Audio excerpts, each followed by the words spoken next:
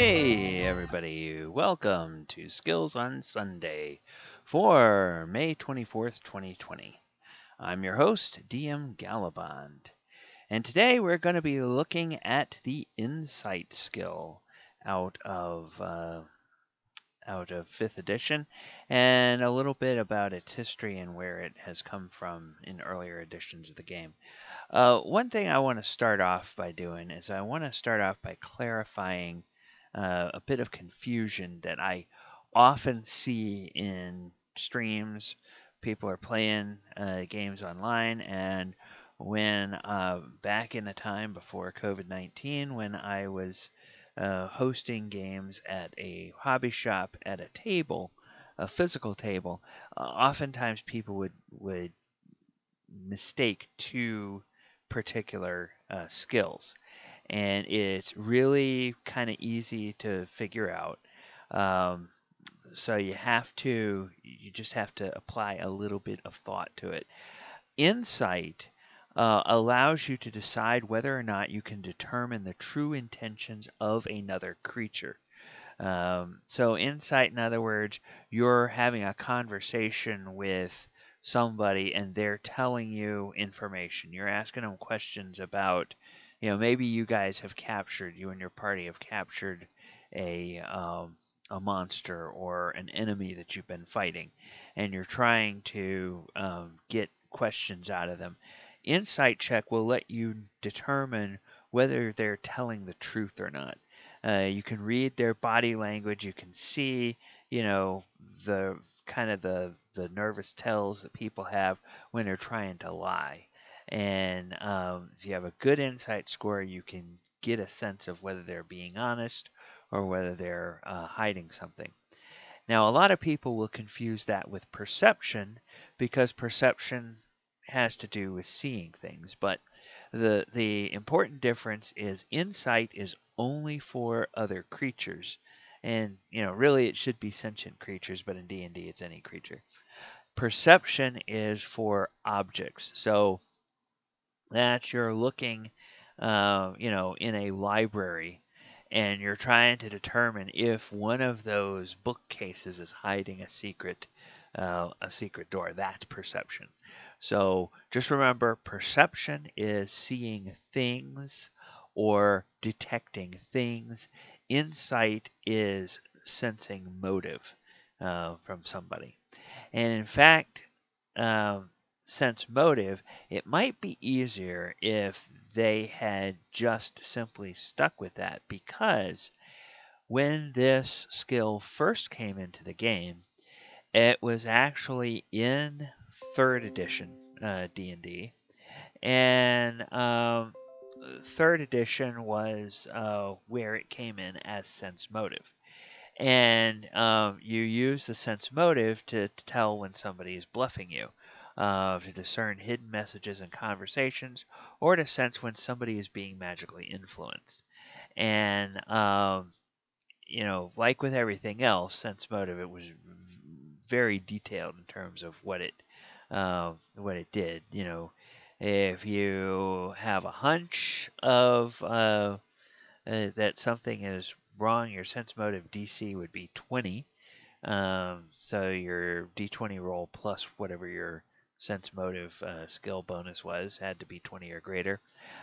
Sense enchantment, depending on how strong or how subtle the enchantment is, that could be either a 15 or a 25. And then discerning a secret message, well, that's just going to vary because it's situational. It's like, is this someone you know? Is this someone that you think might be speaking in thieves' cant, and there might be another message hidden under what they're trying to say, and so on and so forth. So that was 3rd edition, and that's when it really first came into the game. Now, if you look back in previous editions of the game, original D&D, 1st edition, and 2nd edition, there were things like being able to try to bluff somebody else, which is basically, you're forcing the other person to do a sense motive or an insight check on you. You're trying to deceive them. Or acting, carrying off like you're pretending to be somebody you're not, which I guess isn't a form of a bluff, but um, in certain editions, those were two separate skills. Uh, but they didn't have anything on going the other way where you were trying to read and sense the truth of somebody else. I guess they thought in those days that if you really wanted to know if somebody was telling the truth, you just brute force cast a spell on them that would force them to be honest with you. You know. And then finally in fourth edition is where the sense motive uh, lost its name and became insight. And again, you can discern intent and decipher body language during social interactions. Comprehend motives, read between the lines, get a sense of mood and attitude, and determine how truthful someone is being. So you use insight to counter a bluff check. Um, and insight is used as a social counterpart to the perception skill. And I see that would be also nice if they had put that in the description for 5th edition. That would help people understand that you use, when social interactions, you use insight. When it's other types of interactions, you use perception. Um, and then, insight can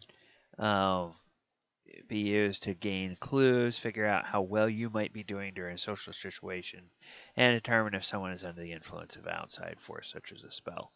And then it gives several examples and the DCs for those as well. All right, so that is a little bit about insight. Uh, if you have any thoughts on the insight skill, go ahead and leave comments below. If you like what we're doing on this channel, would love for you to hit the subscribe button, click the little bell. That'll let you know every time that we have new content dropping on the channel. Also, in the description of this video, you'll find links to how you can follow me on other social media and where you can find my Twitch streams where I do actual play sessions and an in-depth analysis of a particular monster every week on my Twitch channel. All right, well, that is going to do it for our look at Insight.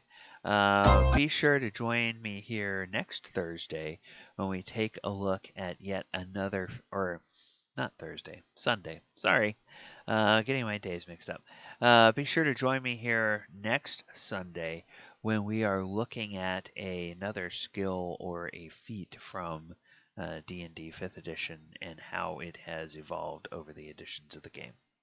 All right, everybody. Good night. Take care. Talk to you later. Bye-bye.